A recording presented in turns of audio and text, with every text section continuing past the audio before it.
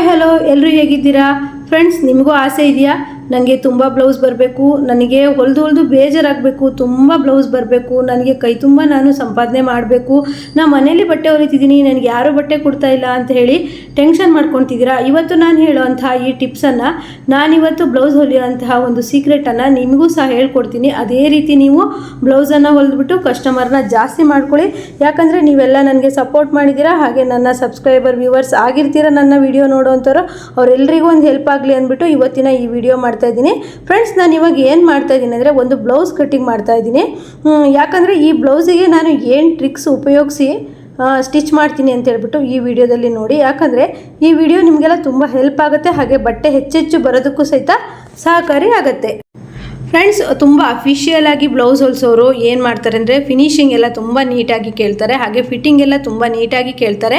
ಈ ರೀತಿ ನಾವು ಬ್ಲೌಸ್ ಹೊಲಿಬೇಕು ಅಂತಂದರೆ ನಾವು ಕ್ಯಾನ್ವಾಸನ್ನು ಯೂಸ್ ಮಾಡಬೇಕಾಗತ್ತೆ. ನಾನು ಈಗ ಕಟ್ ಮಾಡ್ತಾ ಇರೋದು ವೈಟ್ ಬ್ಲೌಸ್, ಅಂದರೆ ಸಿಲ್ವರ್ ಬ್ಲೌಸಿಗೆ ವೈಟ್ ಲೈನಿಂಗ್ ಕಟ್ ಮಾಡ್ತಾ ಇದ್ದೀನಿ. ಈ ಬ್ಲೌಸಿಗೆ ಕ್ಯಾನ್ವಾಸ್ ಹಾಕಿ ಸ್ಟಿಚ್ ಮಾಡೋದ್ರಿಂದ ಯಾವ ರೀತಿ ಫಿನಿಶಿಂಗು ಫಿಟ್ಟಿಂಗು ಬರುತ್ತೆ ಅಂತ ಹೇಳ್ಬಿಟ್ಟು ಈ ವಿಡಿಯೋದಲ್ಲಿ ಹೇಳ್ತೀನಿ.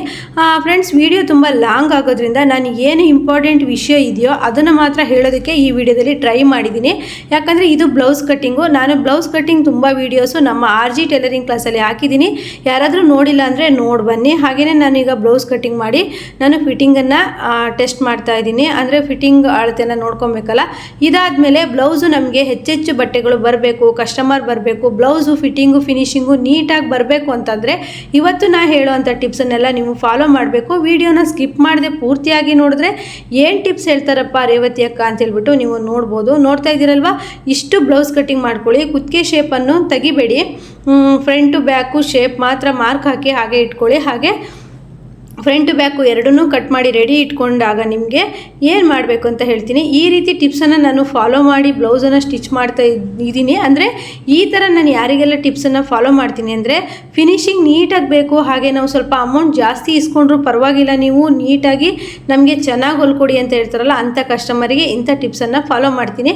ಯಾಕಂದರೆ ನಾವು ಇದು ಸ್ವಲ್ಪನೇ ಟೈಮ್ ಹಿಡಿಯುತ್ತೆ ಈ ರೀತಿ ಹೊಲಿಯೋದಕ್ಕೆ, ಹಾಗೆ ಹೆಮ್ಮಿಂಗ್ ಸಹಿತ ಬರುತ್ತೆ ಇದಕ್ಕೆ. ಈ ರೀತಿ ಹೊಲಿಯುವಾಗ ನಮಗೆ ಟೈಮ್ ಹಿಡಿಯುತ್ತೆ ಅಂದಾಗ ಅವರು 250 ಅಥವಾ 300 ರುಪೀಸ್ ಕೊಟ್ಟರೆ ಇದಕ್ಕೆ ಲಾಸ್ ಆಗುತ್ತೆ. ಆದ್ದರಿಂದ ನಿಮಗೆ 400 ಆದರೂ ಕೊಡ್ತೀನಿ, 500 ಆದರೂ ಕೊಡ್ತೀನಿ ಅನ್ನೋರಿಗೆ ನೀವು ಈ ರೀತಿ ಬ್ಲೌಸನ್ನು ಸ್ಟಿಚ್ ಮಾಡ್ಬೋದು. ಅದು ಯಾವ ರೀತಿ ಅಂತ ಹೇಳ್ಕೊಡ್ತೀನಿ.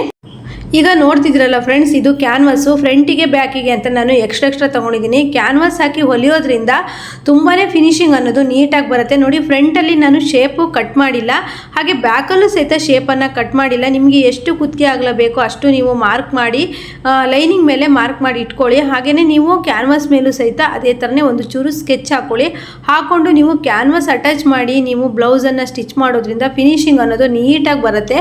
ವಿಡಿಯೋ ಸ್ಕಿಪ್ ಮಾಡದೆ ಪೂರ್ತಿಯಾಗಿ ನೋಡಿದ್ರೆ ನಿಮಗೆ ಅರ್ಥ ಆಗುತ್ತೆ. ನೋಡಿ, ಈ ರೀತಿ ಮಾರ್ಕ್ ಮಾಡ್ಕೊಳ್ಳಿ, ಎಷ್ಟು ಕುತ್ತಿಗೆ ಆಗಲೈತೋ ಅಷ್ಟು.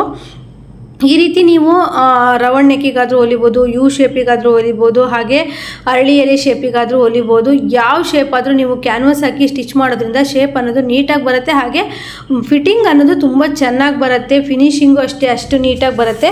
ನೋಡಿ, ನೋಡ್ತಾ ಇರ್ಬೋದು ನೀವು ಕ್ಯಾನ್ವಾಸ್ ನಾನು ಯಾವ ರೀತಿ ರೆಡಿ ಮಾಡ್ಕೊಳ್ತಿದ್ದೀನೋ ಇದೇ ರೀತಿ ನೀವು ರೆಡಿ ಮಾಡಿಕೊಂಡು ಬ್ಲೌಸನ್ನು ಸ್ಟಿಚ್ ಮಾಡ್ತಾ ಬಂದರೆ ಬ್ಲೌಸು ತುಂಬ ಸೂಪರಾಗಿ ಬರುತ್ತೆ, ಸಖತ್ತಾಗಿ ಬರುತ್ತೆ.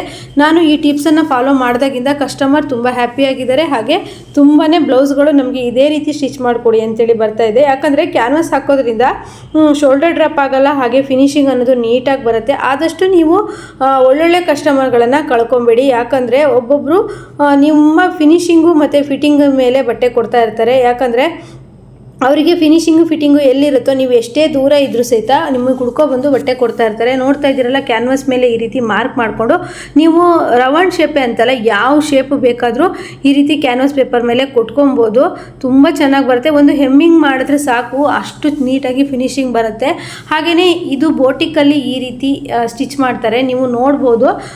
ಫ್ರಂಟ್ ಬ್ಯಾಕಿಗೆಲ್ಲ ಇದೇ ರೀತಿ ಕ್ಯಾನ್ವಾಸ್ ಹಾಕಿ ಸ್ಟಿಚ್ ಮಾಡ್ತಾರೆ. ಈ ರೀತಿ ಸ್ಟಿಚಿಂಗು ನೀವು ಮನೆಯಲ್ಲಿ ಸ್ಟಿಚ್ ಮಾಡೋರು ಮಾಡಿದ್ರಿ ಅಂದರೆ ನಿಮಗೆ ಬೇಕಾದಷ್ಟು ಬಟ್ಟೆಗಳು ಬರುತ್ತೆ. ಆದ್ದರಿಂದ ನಾ ಹೇಳೋದೇನು ಅಂದರೆ ನೀವು ದಿನಕ್ಕೆ 2 ಬ್ಲೌಸ್ ಹೊಲಿದ್ರೂ ಸಹಿತ 4 ಬ್ಲೌಸ್ ಹೊಲಿದಿರೋಂಥ ದುಡ್ಡನ್ನು ತಗೋಬೋದು. ಆದ್ದರಿಂದ ನೀವು ನೋಡಿ, ಈ ರೀತಿ ಕ್ಯಾನ್ವಾಸ್ ಹಾಕಿ ಸ್ಟಿಚ್ ಮಾಡೋದಕ್ಕೆ ನೋಡಿ, ಫ್ರಂಟು ಬ್ಯಾಕು ಎರಡಕ್ಕೂ ಸಹಿತ ಕ್ಯಾನ್ವಾಸ್ ಹಾಕಿ ಸ್ಟಿಚ್ ಮಾಡಿ. ಫಿನಿಶಿಂಗ್ ಯಾರು ನಿಮಗೆ ಜಾಸ್ತಿ ಕೊಡಿ, ನಮಗೆ ಫಿನಿಶಿಂಗ್ ನೀಟಾಗಿ ಬರಬೇಕು, ಫಿಟ್ಟಿಂಗ್ ನೀಟಾಗಿ ಬರಬೇಕು ಅಂತ ಹೇಳ್ತಿರ್ತಾರಲ್ಲ, ಅವರಿಗೆಲ್ಲ ನೀವು ಈ ಟಿಪ್ಸನ್ನು ಫಾಲೋ ಮಾಡ್ಬೋದು. ನೋಡ್ತಾ ಇದ್ದೀರಲ್ವಾ, ಫ್ರಂಟಿಗೆ ಮತ್ತು ಬ್ಯಾಕಿಗೆ ಎರಡೂ ಕಡೆಗೂ ನಾನು ಕ್ಯಾನ್ವಸನ್ನು ಕೊಡ್ತಾ ಇದ್ದೀನಿ. ಯಾಕಂದರೆ ತುಂಬ ಚೆನ್ನಾಗಿ ಬರುತ್ತೆ. ಕ್ಯಾನ್ವಸ್ ಕೊಡೋದು ನಿಮಗೆ ಈ ವಿಡಿಯೋದಲ್ಲಿ ಗೊತ್ತಾಗ್ತಿದೆ ಅಂತ ಅಂದ್ಕೊತೀನಿ. ನೀವು ರೌಂಡ್ ಶೇಪ್ ಆದರೂ ಕೊಡ್ಬೋದು, ಯಾವ ಶೇಪಿಗಾದರೂ ಸಹಿತನೂ ಕೊಡ್ಬೋದು. ತುಂಬ ಚೆನ್ನಾಗಿ ಕ್ಯಾನ್ವಸ್ ಹಾಕೋದ್ರಿಂದ ಬ್ಲೌಸ್ ಫಿಟ್ಟಿಂಗ್ ಅನ್ನೋದು ನೀಟಾಗಿ ಬರುತ್ತೆ.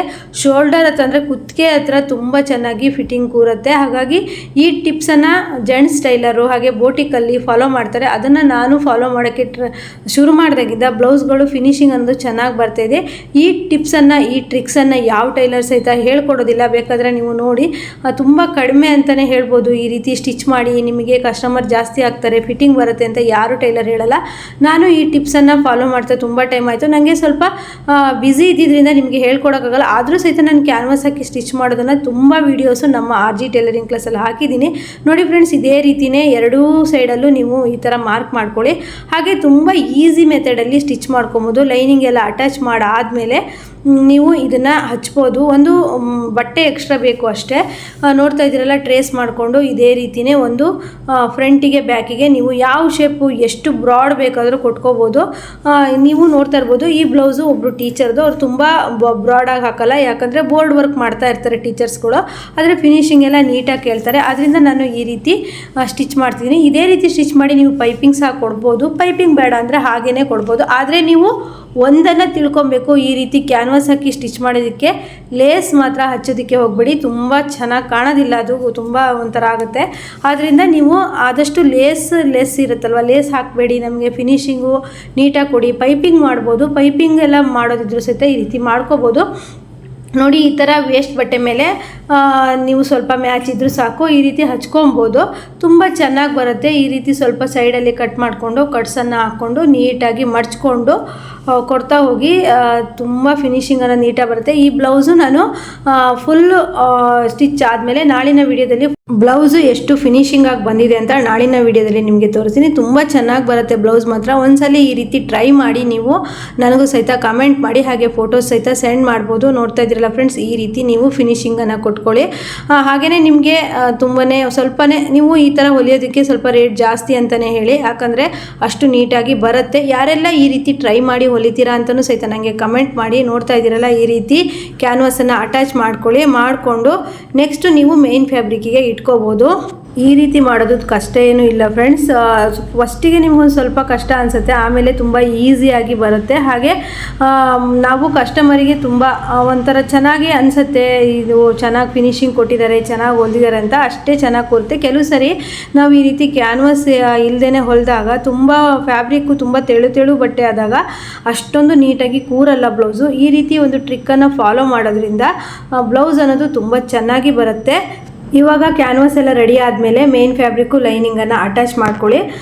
ನೀವು ಫ್ರಂಟ್ ಬ್ಯಾಕು ಇದೇ ರೀತಿ ಅಟ್ಯಾಚ್ ಮಾಡಿಕೊಂಡು ನೀವು ಕ್ಯಾನ್ವಸ್ ರೆಡಿ ಮಾಡಿದ್ರಲ್ಲ ಅದನ್ನು ಕೊಡಬೇಕಾಗತ್ತೆ. ಫಸ್ಟಿಗೆ ಕೊಡಬಾರ್ದು, ಈ ರೀತಿ ಅಟ್ಯಾಚ್ ಮಾಡಿಕೊಂಡು ಮೇನ್ ಫ್ಯಾಬ್ರಿಕ್ ಮೇಲೆ ಕ್ಯಾನ್ವಸನ್ನು ಇಟ್ಕೊಂಡ್ಬಿಟ್ಟು ನೀವು ಹೊಲಿದ್ಬಿಟ್ಟು ಉಲ್ಟಾ ಫೋಲ್ಡ್ ಮಾಡಬೇಕಾಗತ್ತೆ. ಆಗ ತುಂಬ ಚೆನ್ನಾಗಿ ಬರುತ್ತೆ. ಇಲ್ಲಿ ನೋಡ್ತಾ ಇರ್ಬೋದು ನೀವು, ಮೇನ್ ಫ್ಯಾಬ್ರಿಕ್ ಸ್ವಲ್ಪ ಬಟ್ಟೆ ಕಡಿಮೆ ಆಗಿದೆ, ಅದನ್ನು ನಾವು ಅಟ್ಯಾಚ್ ಮಾಡ್ಕೊಳ್ತೀನಿ. ನೀಟಾಗಿ ನೀವು ಎಲ್ಲೂ ಸುಕ್ಕಬಾರ್ದೇ ಇರೋ ಹಾಗೆ ಮೇನ್ ಫ್ಯಾಬ್ರಿಕ್ಕು ಮತ್ತು ಲೈನಿಂಗನ್ನು ಅಟ್ಯಾಚ್ ಮಾಡ್ಕೊಳ್ಳಿ. ಈ ರೀತಿ ಮೆಥಡು ತುಂಬಾ ಯೂಸ್ಫುಲ್ ಆಗುತ್ತೆ. ಬ್ಲೌಸು ತುಂಬ ಬೋಟಿಕ್ ರೀತಿಯಲ್ಲಿ ನಾವು ಸ್ಟಿಚ್ ಮಾಡಬೇಕು ಅನ್ನೋರಿಗೆ ತುಂಬಾ ಹೆಲ್ಪ್ಫುಲ್ ಆಗುತ್ತೆ. ಯಾಕಂದರೆ ಫ್ರೆಂಡ್ಸ್, ನಮ್ಮ ಮನೇಲಿ ಬಟ್ಟೆ ಹೊಲಿತಿರ್ತೀವಂದರೆ ಇವ್ರು ಹೆಂಗೆ ಫಿನಿಶಿಂಗ್ ಕೊಡ್ತಾರೋ, ಹೊಲಿತಾರೋ ಇಲ್ಲೋ ಚೆನ್ನಾಗಿ ಅಂತ ಹೇಳ್ಬಿಟ್ಟು ತುಂಬ ಕಸ್ಟಮರ್ಗೆ ಡೌಟ್ಸ್ ಇರುತ್ತೆ. ನಾವು ಈ ರೀತಿ ಎಲ್ಲ ಹೊಸದಾಗಿ ಟ್ರೈ ಮಾಡಿ ನಾವು ಚೆನ್ನಾಗಿ ಹೊಲ್ಕೊಟ್ರೆ ಅಂಗಡಿಯವ್ರಿಗಿಂತಲೂ ಹೆಚ್ಚು ಬಟ್ಟೆಗಳು ನಮಗೆ ಬರ್ತಾ ಹೋಗುತ್ತೆ. ನೋಡಿ, ಈ ರೀತಿ ಮೇನ್ ಫ್ಯಾಬ್ರಿಕ್ ಮೇಲೆ ಇಟ್ಬಿಟ್ಟು ಒಂದು ಮಧ್ಯ ಸೆಂಟರಲ್ಲಿ ಒಂದು ಸ್ಟಿಚ್ಚನ್ನು ಹಾಕೊಳ್ಳಿ. ನೀವು ರೌಂಡ್ ಶೇಪು, ಮಡಿಕೆ ಶೇಪು, ಯಾವ ಶೇಪ್ ಆದರೂ ಕೊಡ್ಬೋದು. ನಾನಿಲ್ಲಿ ಹಾಗೆ ಸ್ವೀಟ್ ಹಾರ್ಟ್ ಶೇಪ್ ಕೊಟ್ಟಿದ್ದೀನಿ, ತುಂಬ ಚೆನ್ನಾಗಿ ಬರುತ್ತೆ. ಕರೆಕ್ಟಾಗಿ ನಾನು ಡೀಪನ್ನು ಚೆಕ್ ಮಾಡಿಬಿಟ್ಟು ತಿರ್ಸ್ತಾ ಇದ್ದೀನಿ. ಆದರೆ ಒಂದ್ಸಲಿ ನಿಮಗೂ ಸ್ವಲ್ಪ ಕಷ್ಟ ಅನಿಸ್ಬೋದು, ಆದರೆ ಹೊಲಿತಾ ತುಂಬ ಈಸಿ ಆಗುತ್ತೆ. ನಾನಿವತ್ತು ಹೇಳ್ಕೊಟ್ಟಿರೋಂಥ ಈ ಮೆಥಡಲ್ಲಿ ನೀವು ಸ್ಟಿಚ್ ಮಾಡಿ ತುಂಬ ಚೆನ್ನಾಗಿ ಬರುತ್ತೆ. ಹಾಗೆಯೇ ನೀವು ಕರ್ವಲ್ಲೆಲ್ಲ ಸ್ವಲ್ಪ ಸೂಜಿನ ಕುಕ್ಕಿಸ್ಕೊಂಡು ತಿರ್ಸೋದ್ರಿಂದ ನೀಟಾಗಿ ಬರುತ್ತೆ ಫಿನಿಶಿಂಗ್ ಅನ್ನೋದು. ಹಾಗೆಯೇ ಈ ಬ್ಲೌಸು ಯಾವ ರೀತಿ ಆಗಿದೆ ಅಂತ ನಾಳಿನ ವಿಡಿಯೋದಲ್ಲಿ ನಾನು ತೋರಿಸ್ತೀನಿ. ಬ್ಲೌಸ್ ಅಂತೂ ಸಖತ್ತಾಗಿ ನಾನೀಗ ಅರ್ಧ ಹೊಲ್ದಿದ್ದೀನಿ ಅಷ್ಟೇ. ಸಖತ್ತಾಗಿ ಬರುತ್ತೆ ಅಂತಂದರೆ ಈ ರೀತಿ ನಾನು ತುಂಬ ಸಲ ಟ್ರೈ ಮಾಡಿದ್ದೀನಿ, ಚೆನ್ನಾಗಿ ಬಂದಿದೆ. ಎಲ್ಲೂ ಸಹಿತ ಕಸ್ಟಮರ್ದು ಕಂಪ್ಲೇಂಟ್ ಇಲ್ಲ. ಹಾಗಾಗಿ ಈ ರೀತಿ ನಾನು ನಿಮಗೂ ಸಹಿತ ಹೇಳ್ಕೊಡ್ಬೇಕು, ಈ ರೀತಿ ಫಾಲೋ ಮಾಡಿ ಅಂತ ಹೇಳ್ಬಿಟ್ಟು ನಾನು ಇವತ್ತು ಈ ವಿಡಿಯೋದಲ್ಲಿ ಹೇಳ್ತಾ ಇದ್ದೀನಿ. ನೋಡಿ, ಈಗ ಈ ರೀತಿ ಆದಮೇಲೆ ನೀಟಾಗಿ ಕಟ್ ಮಾಡಿಕೊಂಡು ಒಂದೊಂದೇ ಕಟ್ಸನ್ನು, ಅಂದರೆ ಸ್ವಲ್ಪ ಕರುವಿದ್ದಲ್ಲೆಲ್ಲ ಜಾಸ್ತಿ ಕಟ್ಸನ್ನು ಕೊಟ್ಕೊಂಡು ನೀವು ಸ್ಟಿಚ್ ಮಾಡ್ಕೊಳ್ಳಿ. ಆಗ ತುಂಬ ಚೆನ್ನಾಗಿ ಕರುವು ತಿರುಗತ್ತೆ. ಈ ರೀತಿಯೆಲ್ಲ ಯಾರು ಫಾಲೋ ಮಾಡಿ ಸ್ಟಿಚ್ ಮಾಡ್ತಾ ಇದ್ದೀರಾ ಅಂತ ಹೇಳ್ಬಿಟ್ಟು ನನಗೆ ಕಮೆಂಟ್ ಮಾಡಿ. ಯಾಕಂದರೆ ಫ್ರೆಂಡ್ಸ್, ನನಗೆ ತುಂಬ ಜನ ಕಮೆಂಟ್ ಮಾಡ್ತಾರೆ, ಅಕ್ಕ ನಾವು ಈಗ ಟೈಲರಿಂಗ್ ಕಲಿತಾ ಇದ್ದೀವಿ, ನಮಗೆ ಕಸ್ಟಮರ್ ಜಾಸ್ತಿ ಆಗಬೇಕು ಅಂದರೆ ಏನೆಲ್ಲ ಟಿಪ್ಸ್ ಫಾಲೋ ಮಾಡಬೇಕು ಅಂತ ಹೇಳ್ತಾರೆ. ನನಗೆ ಆದಷ್ಟು ನನಗೂ ಗೊತ್ತಿರೋ ಅಷ್ಟು ನಾನು ವೀಡಿಯೋಸಲ್ಲಿ ಹಾಕ್ತಾ ಇರ್ತೀನಿ. ಇನ್ನೂ ನಿಮಗೇನಾದರೂ ಗೊತ್ತಿದ್ದರೆ, ಟಿಪ್ಸ್ಗಳು ಗೊತ್ತಿದ್ದರೆ ನೀವು ಸಹಿತ ನನಗೆ ಕಮೆಂಟ್ ಮಾಡ್ಬೋದು. ನಾನು ಅದನ್ನು ವೀಡಿಯೋದಲ್ಲಿ ಶೇರ್ ಮಾಡ್ತೀನಿ. ಯಾಕಂದರೆ ಎಷ್ಟೋ ಟೈಲರ್ಗಳಿಗೆ ನಮಗೆ ಯೂಟ್ಯೂಬ್ ಚಾನಲ್ ಇರೋರು ನಾವು ಶೇರ್ ಮಾಡ್ತೀವಿ, ಯೂಟ್ಯೂಬ್ ಚಾನಲ್ ಇಲ್ಲದೆ ಇರೋರು ಏನೋ ಒಂದು ವಿಷಯನ ನಮ್ಮಂಥ ಟೈಲರ್ಸ್ಗಳಿಗೆ ಹೇಳಬೇಕು ಅಂತ ಹೇಳಿ ಇದ್ದರೆ ನೀವು ನಮ್ಮ ಚಾನಲಲ್ಲಿ ಕಮೆಂಟ್ ಮಾಡ್ಬೋದು, ನಾನು ಅದನ್ನು ವೀಡಿಯೋದಲ್ಲಿ ಹೇಳ್ತೀನಿ. ಹಾಗೆ ನೋಡಿ ಫ್ರೆಂಡ್ಸ್, ಈ ಕ್ಯಾನ್ವಾಸ್ ಹಾಕಿ ಹಾಗೆ ಬ್ಯಾಕ್ ಪಾರ್ಟಲ್ಲಿ ರೆಡಿ ಆಯಿತು. ನೀವು ಲೈಟಾಗಿ ಈ ರೀತಿ ಐರನ್ ಮಾಡ್ಕೋಬೋದು, ಇಲ್ಲ ಅಂದರೆ ಪರವಾಗಿಲ್ಲ, ನೀಟಾಗಿ ನೀವು ಉಗುರಿಂದ ಸ್ವಲ್ಪ ಸ್ಕ್ರ್ಯಾಚ್ ಮಾಡಿದ್ರೆ ಕರೆಕ್ಟಾಗಿ ಕೂರುತ್ತೆ. ಐರನ್ ಮಾಡಿಕೊಂಡ್ರೆ ಇನ್ನೂ ಚೆನ್ನಾಗಿ ಕೂರುತ್ತೆ. ಹಾಗೆ ಕಸ್ಟಮರ್ಗೆ ತುಂಬ ಇಷ್ಟವಾಗುವಂಥ ಬ್ಲೌಸ್ ಆಗುತ್ತೆ. ಹಾಗಾಗಿ ನೀವು ಈ ರೀತಿ ಮೆಥಡ್ ಫಾಲೋ ಮಾಡಿ ನನಗೆ ಕಮೆಂಟ್ ಮಾಡಿ, ನಿಮಗೆ ನನ್ನ ಈ ಟಿಪ್ಸ್ಗಳು ಇಷ್ಟ ಆಯಿತಾ ಅಂತೇಳ್ಬಿಟ್ಟು. ಹಾಗೆ ಲೈಕ್ ಮಾಡೋದನ್ನು ಮರಿಬೇಡಿ. ಇದೇ ಸೇಮ್ ಮೆಥಡಲ್ಲಿ ನಾನು ಫ್ರಂಟ್ ಪಾರ್ಟ್ ಸಮೇತ ಸ್ಟಿಚ್ ಮಾಡಿದ್ದೀನಿ, ಅದು ಸಹಿತ ವಿಡಿಯೋದಲ್ಲಿದೆ, ಸ್ಕಿಪ್ ಮಾಡದಿರೋ ಹಾಗೆ ಪೂರ್ತಿಯಾಗಿ ನೋಡಿ. ಹಾಗೆ ನನ್ನ ವೀಡಿಯೋಸ್ಗಳು ಹೇಗೆ ಬರ್ತಿದೆ, ನಿಮಗೆ ಇಷ್ಟ ಆಗ್ತಿದೆಯಾ ಅಂತ ಹೇಳ್ಬಿಟ್ಟು ಸಹಿತ ನೀವು ನನಗೆ ಕಮೆಂಟ್ ಮಾಡಿ ಹೇಳಬೇಕು. ಯಾಕಂದರೆ ನಿಮ್ಮ ಕಮೆಂಟಿಗೆ ನಾನು ಕಾಯ್ತಾ ಇರ್ತೀನಿ. ನೋಡಿ ಫ್ರೆಂಡ್ಸ್, ಈ ರೀತಿ ನೀಟಾಗಿ ಸ್ವಲ್ಪ ಅಂದರೆ ಹೆಮ್ಮಿಂಗ್ ಮಾಡಬೇಕಾಗತ್ತೆ, ಹೆಮ್ಮಿಂಗ್ ಮಾಡದೆ ಕೊಡಬೇಡಿ. ಹೆಮ್ಮಿಂಗ್ ಮಾಡಿ ಕೊಟ್ಟಾಗ ತುಂಬ ಫಿನಿಶಿಂಗ್ ಅನ್ನೋದು ನೀಟಾಗಿ ಬರುತ್ತೆ. ಹಾಗೆಯೇ ನಿಮಗೆ ಯಾರು ಅಮೌಂಟ್ ಜಾಸ್ತಿ ಕೊಡ್ತೀವಿ, ನನಗೆ ನೀಟಾಗಿ ಫಿನಿಶಿಂಗ್ ಆಗಿ ಸ್ಟಿಚ್ ಮಾಡಿಕೊಡಿ ಅಂತ ಹೇಳ್ತಾರೋ ಅವರಿಗೆ ನೀವು ಈ ರೀತಿ ಸ್ಟಿಚ್ ಮಾಡಿ, ಆಗ ತುಂಬ ಚೆನ್ನಾಗಿ ಬಟ್ಟೆನ ಸ್ಟಿಚ್ ಮಾಡ್ಬೋದು. ನೋಡಿ, ಈ ರೀತಿ ಸೆಂಟರಲ್ಲಿ ನೀವು ಇಟ್ಕೊಂಡು ಸ್ಟಿಚ್ ಮಾಡಿ, ಆಗ ನೀಟಾಗಿ ಬರುತ್ತೆ. ಫ್ರಂಟಲ್ಲೂ ಬ್ಯಾಕಲ್ಲೂ ಎರಡೂ ಕಡೆ ಇದೇ ರೀತಿಯೇ ಸ್ಟಿಚ್ ಮಾಡ್ತಾ ಬನ್ನಿ. ನೀವು ಎಲ್ಲಿ ಮಾರ್ಕ್ ಮಾಡಿದ್ದೀರೋ ಅದೇ ಮಾರ್ಕಿಗೆ ಸ್ಟಿಚ್ ಮಾಡಿ, ನಂತರ ನೀವು ಕಟ್ ಮಾಡಿಕೊಂಡು ಉಲ್ಟಾ ಫೋಲ್ಡ್ ಮಾಡಿಕೊಂಡಾಗ ನೀಟಾಗಿ ಬರುತ್ತೆ. ಹಾಗೆಯೇ ಕ್ಯಾನ್ವಾಸ್ ಹಾಕಿ ಸ್ಟಿಚ್ ಮಾಡೋದ್ರಿಂದ ಫಿನಿಶಿಂಗ್ ಅನ್ನೋದು, ಶೇಪ್ ಅನ್ನೋದು ತುಂಬ ಚೆನ್ನಾಗಿ ಬರುತ್ತೆ. ನಾನು ತುಂಬ ವೀಡಿಯೋಸಲ್ಲಿ ನಿಮಗೆ ಹೇಳಿದ್ದೀನಿ, ಬೇರೆ ಬೇರೆ ರೀತಿ ಕ್ಯಾನ್ವಾಸ್ ಅಟ್ಯಾಚ್ ಮಾಡೋದನ್ನು ಸಹಿತ ಹೇಳಿದ್ದೀನಿ. ಹಾಗೆ ಇವತ್ತು ಸಹಿತ ಈ ಒಂದೇ ವಿಡಿಯೋದಲ್ಲಿ ಬರೀ ಕ್ಯಾನ್ವಾಸ್ ಬಗ್ಗೆನೇ ನಾನು ಹೇಳ್ಕೊಟ್ಟಿದ್ದೀನಿ, ಯಾಕಂದರೆ ತುಂಬ ಹೆಲ್ಪ್ ಆಗ್ಬೋದು ಅಂತ. ನೋಡ್ತಾ ಇದ್ದೀರಲ್ವ, ಈ ರೀತಿ ಕೊಟ್ಟಾದಮೇಲೆ ಕಟ್ ಮಾಡ್ಕೊಂಡು ಆದಮೇಲೆ ಈ ಥರ ಒಂದು ಕಿನ್ನಾರಿ ಸ್ಟಿಚ್ ಹಾಕ್ಕೊಂಡು ಐರನ್ ಮಾಡ್ಕೊಂಡ್ಬಿಟ್ರೆ ಆಯ್ತು. ಇಲ್ಲಾಂದರೆ ನಾನು ಉಗುರಿಂದ ಸ್ವಲ್ಪ ನೀಟಾಗಿ ಸರಿ ಮಾಡ್ಕೊಳ್ತಿದ್ದೀನಲ್ಲ, ಈ ರೀತಿ ಮಾಡ್ಕೊಬೋದು, ನೀಟಾಗಿ ಕೂರುತ್ತೆ. ಹಾಗೆ ಈ ಟಿಪ್ಸ್ ನಿಮಗೆಲ್ಲ ಇಷ್ಟ ಆಗಿದೆ ಅಂತ ತಿಳ್ಕೊಳ್ತೀನಿ. ಹಾಗೆ ಇಷ್ಟ ಆಗಿದ್ರೆ ಲೈಕ್ ಮಾಡೋದನ್ನು ಮರಿಬೇಡಿ. ಹಾಗೆ ಈ ವಿಡಿಯೋ ಯಾರಿಗಾದರೂ ಅವಶ್ಯಕತೆ ಇದ್ದವರಿಗೆ ಶೇರ್ ಮಾಡಿ ಅಂತ ಹೇಳ್ತಾ, ನಾಳೆನ ವಿಡಿಯೋದಲ್ಲಿ ಇದರ ಬ್ಲೌಸ್ ಫುಲ್ಲು ಸ್ಟಿಚಿಂಗ್ ಯಾವ ರೀತಿ ಆಗಿದೆ ಅಂತ ಹೇಳ್ಬಿಟ್ಟು ನಿಮಗೆ ಹಾಕ್ತೀನಿ.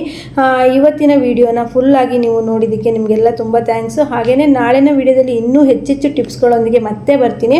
ನೋಡಿ, ಈ ರೀತಿ ಫ್ರಂಟು ಬ್ಯಾಕು ನೀವು ಕ್ಯಾನ್ವಾಸ್ ಹಾಕಿ ಸ್ಟಿಚ್ ಮಾಡಿ, ಬ್ಲೌಸು ತುಂಬ ಚೆನ್ನಾಗಿ ಬರುತ್ತೆ. ಹೇಗೆ ಬಂದಿದೆ ಈ ವಿಡಿಯೋ, ನಿಮಗೆಲ್ಲ ಹೆಲ್ಪ್ಫುಲ್ ಆಗಿದೆಯಾ ಅಂತ ನನಗೆ ಕಮೆಂಟ್ ಮಾಡಿ. ಹಾಗೆ ನೆಕ್ಸ್ಟ್ ವಿಡಿಯೋದೊಂದಿಗೆ ಮತ್ತೆ ಇನ್ನಷ್ಟು ಟಿಪ್ಸ್ಗಳೊಂದಿಗೆ ಮತ್ತೆ ಬರ್ತೀನಿ ಫ್ರೆಂಡ್ಸ್. ನೆಕ್ಸ್ಟ್ ವಿಡಿಯೋದೊಂದಿಗೆ ಮತ್ತೆ ಬರ್ತೀನಿ.